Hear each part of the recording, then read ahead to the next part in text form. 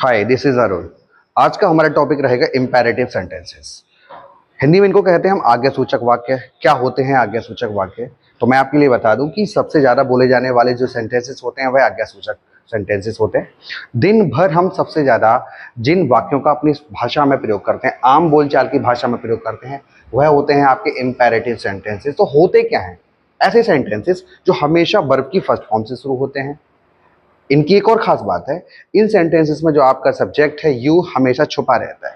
यानी कि जो आपका सेकंड पर्सन सब्जेक्ट होता है, सेकंड पर्सन बोले तो यू, ये हमेशा छुपा मिलेगा आपको। और इन वाक्यों में आज्ञा, प्रार्थना, सलाह, विनम्र निवेदन, कोई आदेश या फिर कोई परामर्श का भाव रहता है। अंग्रेजी में बोले तो to command someone, to request someone, to order someone, to advise someone, to suggest someone.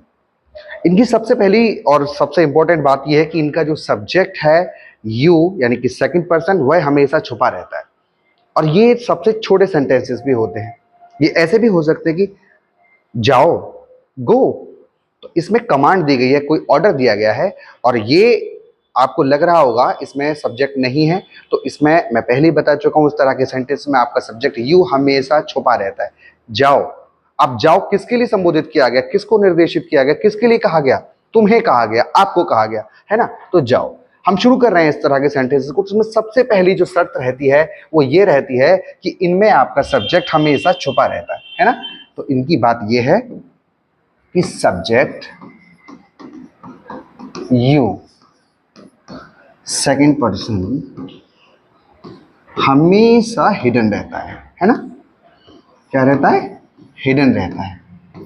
अच्छा, अगली इनकी बात यह है कि इनमें ये जो सेंटेंसेस हैं वो ये हमेशा वर्ब की फर्स्ट फॉर्म से शुरू होते हैं। तो अगली बात यह है, वर्ब की फर्स्ट फॉर्म से शुरू होते हैं।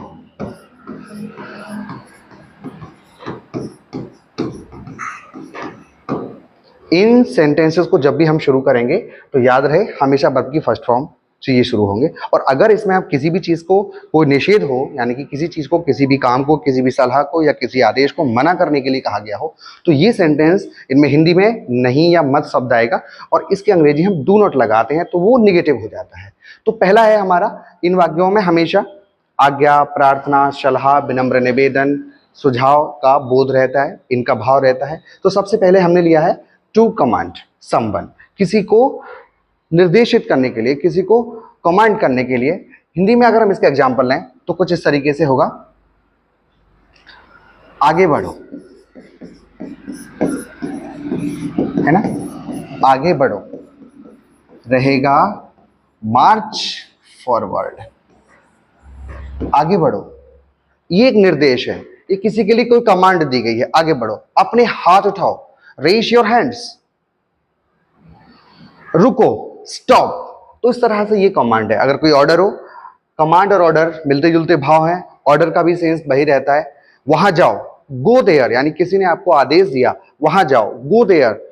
किताब लाओ, ब्रिंग द बुक। पानी लाओ, फेच मी अ वाटर, मुझे एक गिलास पानी लाओ, fetch me a glass of water. तो इस तरीके से ऑर्डर का भाव रहता है। ऑर्डर को देने के लिए भी हम इंपरेटिव सेंटेंसेस का यूज करते हैं और इनमें भी हमेशा वर्ब की फर्स्ट फॉर्म से शुरुआत होती है। अगर इनमें कोई नेगेटिव आ जाएगा तो हम डू नॉट का यूज करेंगे, है ना?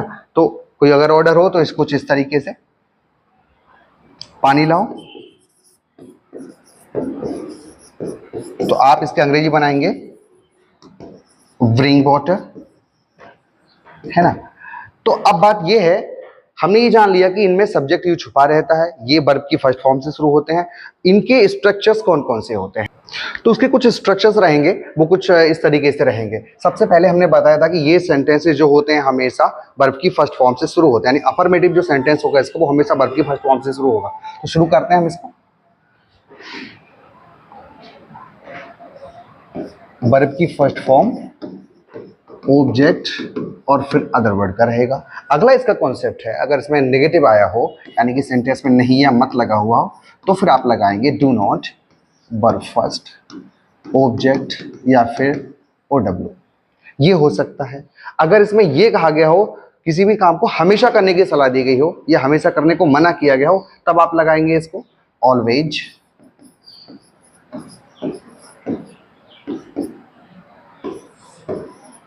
Verb first, object plus other word. अगर इसको इस प्रकार के सेंटेंसेस में कहीं पर भी किसी भी चीज को हमेशा के लिए मना किया हो, कभी ना करने की सलाह दी जाती हो, या कोई आदेश दिया गया हो, या कोई कमांड दी गई हो, तब फिर आप नेवर का यूज करेंगे। और याद रहे, नेवर के साथ में आप डू नॉट का प्रयोग नहीं करेंगे।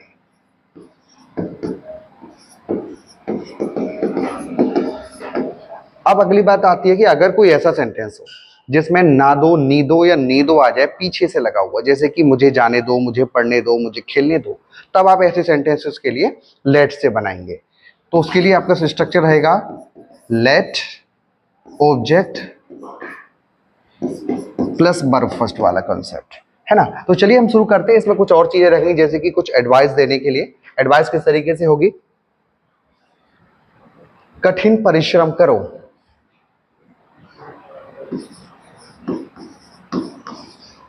कठिन परिश्रम करो, है ना। तो इसमें कोई सलाह दी गई है और सिंपल सी बात है, इसमें किसी भी चीज को मना नहीं किया गया है या हमेशा करने के लिए भी सलाह नहीं दी गई है। अगर इसमें ऐसे होता हमेशा कठिन परिश्रम करो, तब फिर हम इस वाले स्ट्रक्चर का यूज करते। अगर इसमें किसी चीज को मना किया गया होता, यानी उसमें निषेध होता किसी भी चीज का, तो फिर हम डू नॉट वाले स्ट्रक्चर का प्रयोग करते। और कभी नहीं की बात अगर आ रही होती इसमें, तो फिर हम नेवर का प्रयोग करते हैं। और अगर किसी भी सेंटेंस के पीछे इस तरह से होता कि मुझे जाने दो, मुझे खाने दो, मुझे पीने दो, मुझे खेलने दो, मुझे पढ़ने दो, तब आप लेट का यूज करते। तो इनमें लगभग ही नहीं है। तो कठिन परिश्रम का सबसे पहले वाला सेंटेंस है, सलाह दी गई है, एडवाइस दी गई है, कठिन परिश्रम करो, तो इसको बनाएंगे आप वर्ब फर्स्ट से, है ना। Do hard work, do hard work. अगर कुछ इस तरीके से रहता है इसमें कि हमेशा कठिन परिश्रम करो, अगर होता कुछ इस तरीके से, हमेशा कठिन परिश्रम करो, तब आप इस सेंटेंस को बनाते ऑलवेज डू हार्ड वर्क, है ना। अगर इसी सेंटेंस में रहता आपका कि इस कार्य को कभी मत करो या इस कार्य को मत करो, तब आप बनाते इसको नेवर डू हार्ड वर्क, इस कार्य को कभी मत करो। फिलहाल है, अगर कोई सेंटेंस ऐसा हो जिसमें रिक्वेस्ट की जाए, यानी कि किसी भी चीज को करने की किसी भी काम को करने की प्रार्थना की जाए, तो ऐसे सेंटेंसेस में आप या तो प्लीज लगाएंगे या फिर आप काइंडली लगाएंगे, है ना। कौन से सेंटेंसेस में? ऐसे सेंटेंसेस में जिसमें कोई रिक्वेस्ट की जा रही हो। चलिए हम देखते हैं कुछ। कृपया वहां जाओ, कृपया वहां जाओ, तो आप कहेंगे, इसको बनाएंगे या तो प्लीज लगाएंगे आप, या फिर आप इसमें काइंडली लगाएंगे। Please go there, please, please, please go there. आप इसमें काइंडली भी लगा सकते हैं। अगर काइंडली लगाएंगे तो भी आपका प्लीज की जगह पर आप काइंडली का यूज कर सकते हैं, काइंडली गो देयर। तो इस तरह से हो जाता है आपका ऐसे सेंटेंस जिसमें आप कोई रिक्वेस्ट करते हैं। अगर रिक्वेस्ट की बात होगी तो फिर आप प्लीज या फिर काइंडली का यूज करेंगे। अगर सेंटेंस आपका निगेटिव हो, यानी कि निषेध, मना किया गया हो वहां कुछ भी करने के लिए, तब आप कुछ इस तरीके से बनाएंगे।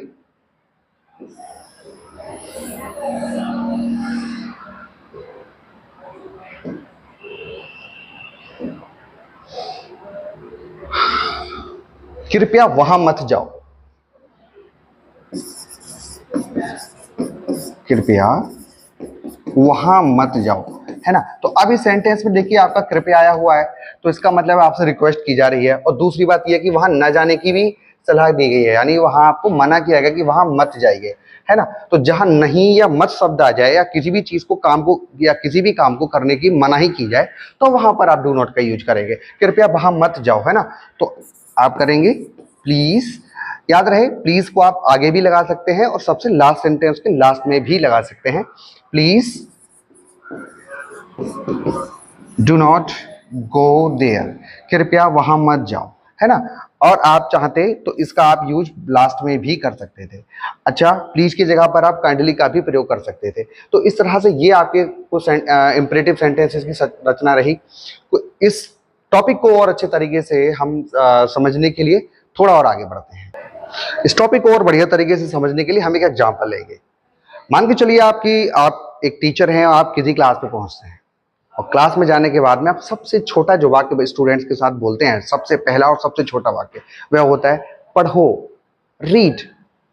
आप स्टूडेंट से बोलते हैं, है ना। जैसे कि आपकी क्लास में पहुंचे और आपने क्लास में जाते ही सबसे पहले कहा कि पढ़ो, है ना, रीड, पढ़ो। अब आप देखिए, ये एक बिल्कुल सबसे छोटा सेंटेंस है जिसमें केवल एक ही वर्ड आया है और वह है आपकी वर्ब, जिसमें पढ़ने के लिए कहा गया है। और कहा नहीं गया बल्कि इसमें आपने ऑर्डर दिया है। और ऑर्डर किसे दिया है? सेकंड पर्सन के लिए। तुम्हें जितने भी आपकी क्लास के स्टूडेंट थे, आपने सारे स्टूडेंट को एक बार में कमांड दी है, उनको ऑर्डर दिया है और ऑर्डर दिया है पढ़ने का, है ना। तो ये सेंटेंस बन जाता है आपका पढ़ो, रीड। आप इसमें इसी सेंटेंस को और ज्यादा आगे बढ़ाते चले जाइए। अब इस तरह के सेंटेंस को और आगे बढ़ाने के लिए इसमें हम प्रपोजिशन की मदद से, प्रपोजिशन के साथ में कुछ हम एडवर्ब्स को लगा देते हैं, तो सेंटेंस हमारे बढ़ते चले जाते हैं, है ना। पढ़ो, फिर आप कहते हैं ध्यान से पढ़ो, है ना। थोड़ा और आपका सेंटेंस बड़ा हो गया, ध्यान से पढ़ो, तो हो जाएगा आपका रीड केयरफुली। ध्यान से पढ़ो, और बड़ा हो गया, है ना। तो आप इस तरह के सेंटेंसेस को और बढ़ा सकते हैं ना। तो ये देखिए, ये जो सेंटेंस है आपका, इसमें सबसे पहली बात आपका सब्जेक्ट यू छुपा हुआ है, जैसे कि हमने पहली शर्त रखी थी इसकी। दूसरी बात, ये सेंटेंस वर्ब की फर्स्ट फॉर्म से शुरू हो रहा है, पढ़ो, तो रीड, पढ़ना जो है वो आपकी वर्ब की फर्स्ट फॉर्म है। अच्छा, ध्यान से सुनो, ये आपका एडवर्ब हो गया।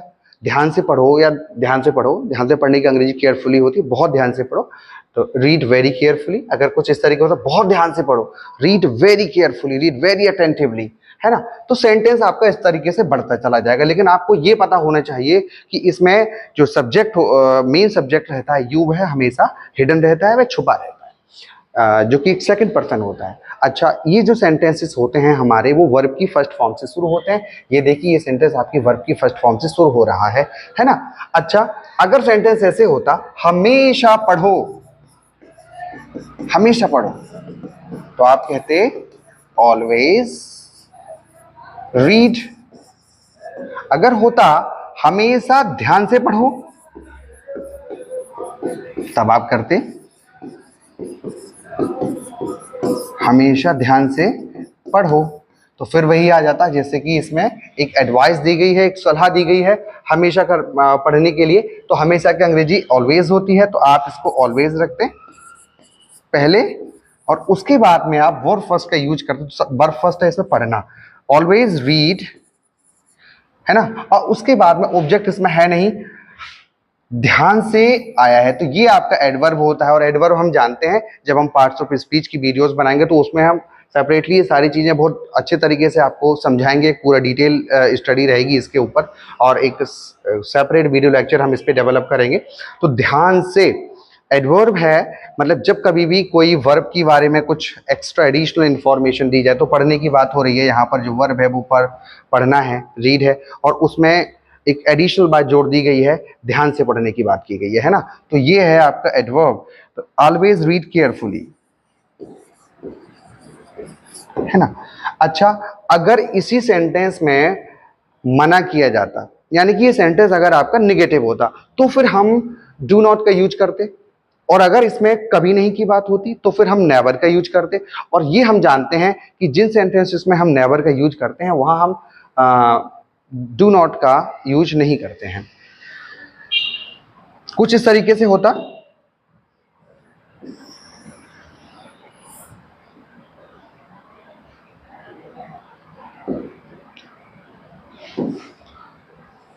वहां मत जाइए, वहां मत जाओ, है ना। तो मना किया गया है आपको, यानी कि कुछ सलाह की गई है, किसी भी चीज की मनाही की गई है। ये वाक्य निषेधात्मक है, यहाँ पर किसी भी कार्य को करने के लिए मना किया गया है, मत जाओ। तो मत की अंग्रेजी हमेशा डू नॉट रहेगी, है ना। तो हम लगाएंगे इस वाले स्ट्रक्चर का, इसमें हम यूज करेंगे do not go there, do not go there, है ना। वहां मत जाओ, वहां भी आपकी एक एडवर्ब है ना, जो वर्ब की एक स्पेशलिटी को शो कर रही है। डू नॉट गो देयर, वहां मत जाओ।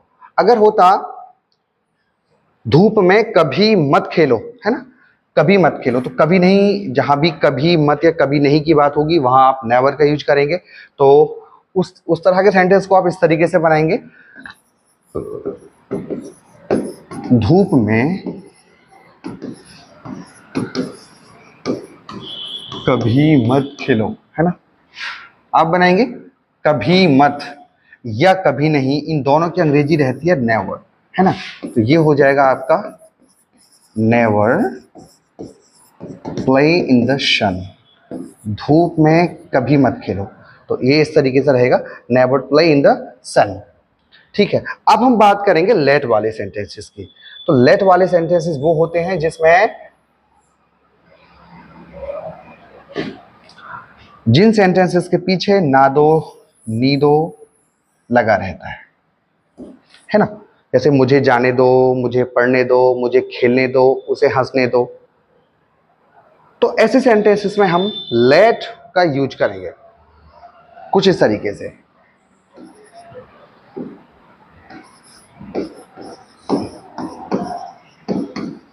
उसे जाने दो, है ना, उसे जाने दो। ये ध्यान से आप देखिए, ने दो आ गया पीछे, है ना। ऐसे सेंटेंसेस जहां पर वाक्य के अंत में ना दो या ने दो आ जाए तो वहां आप लेट का यूज करेंगे, है ना। ये भी एक प्रकार का ऑर्डर होता है, उसे जाने दो, कोई आदेश दिया गया है, कोई कमांड दी गई है और पीछे से ने दो आ जाएगा, तब आप लेट का यूज करेंगे, लेट हिम गो। अब देखिए, सबसे पहले हमने लेट लिया, लेट के बाद में आपका ऑब्जेक्ट आता है। तो ऑब्जेक्ट इसमें है भाई, ऑब्जेक्ट की पहचान जो होती है हमेशा वर्ब के साथ में आप क्या, किसे या किसको का प्रश्न करते हैं।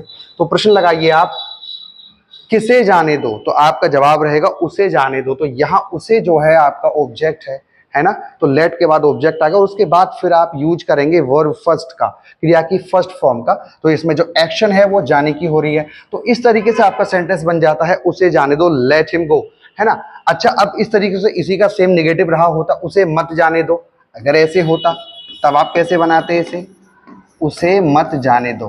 तो हम जानते हैं कि इंपरेटिव सेंटेंस में नहीं या मत की अंग्रेजी हम हमेशा डू नॉट लगाते हैं, है ना। जैसे कि वहां पर हमने इसका जिक्र भी किया था, उसे मत जाने दो। आप डू नॉट लगाइए लेट से पहले, do not let him go. अगर होता उसे पढ़ने दो, let him read, let him study. उसे मत पढ़ने दो, do not let him study, do not let him read. उसे धूप में मत खेलने दो, do not let him play in the sun. अच्छा, ये कुछ इस तरीके से रहा। अगर सेंटेंस में हमारा लेट के बाद अस आ जाए, यानी कि जब हम इस तरीके से कहें कि आओ चलें, आओ पढ़ें, आओ खेलें, तो हम सेंटेंसेस को किस तरीके से बनाएंगे उस कॉन्सेप्ट को भी हम समझते हैं।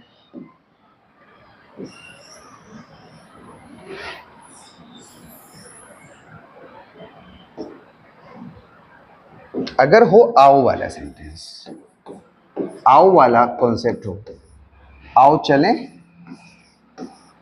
आओ खेलें, तब आप लेटस का प्रयोग करेंगे कुछ इस तरीके से। अगर सेम सेंटेंस हो हमारा आओ चलें, तब आप बनाएंगे लेटस गो या लेटस वॉक या लेटस मूव। सारी ट्रांसलेशन बिल्कुल सेम रहेगी, आओ चलें, let's go, let's walk, let's move, है ना। तो इस तरीके से आओ चलें। अगर होता आओ क्रिकेट खेलें,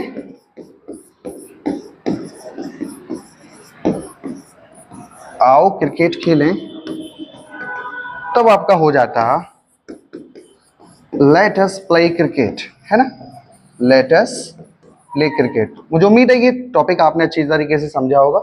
अगर आप चाहें तो उसके सारे जो इसमें जो भी कंटेंट आपका मिला है उसको आप नोट डाउन भी कर सकते हैं और आप इसको बेहतर तरीके से समझ भी सकते हैं। कुछ और भी चीज़ें हैं इसमें समझने के लिए, लेकिन फिलहाल हम इस टॉपिक को इतना ही रखेंगे। इस वीडियो में आपको आपका होमवर्क भी मिलेगा, बने रहिए इस वीडियो के साथ में और अपने आप को प्रैक्टिस करके देखिए। अगले दिन आपको इसका सोल्यूशन वीडियो मिल जाएगा, तो आप जा करके उस वीडियो को देखने के बाद में ये अपने आप को पता कर सकते हैं कि आपने इसमें कितना सीखा।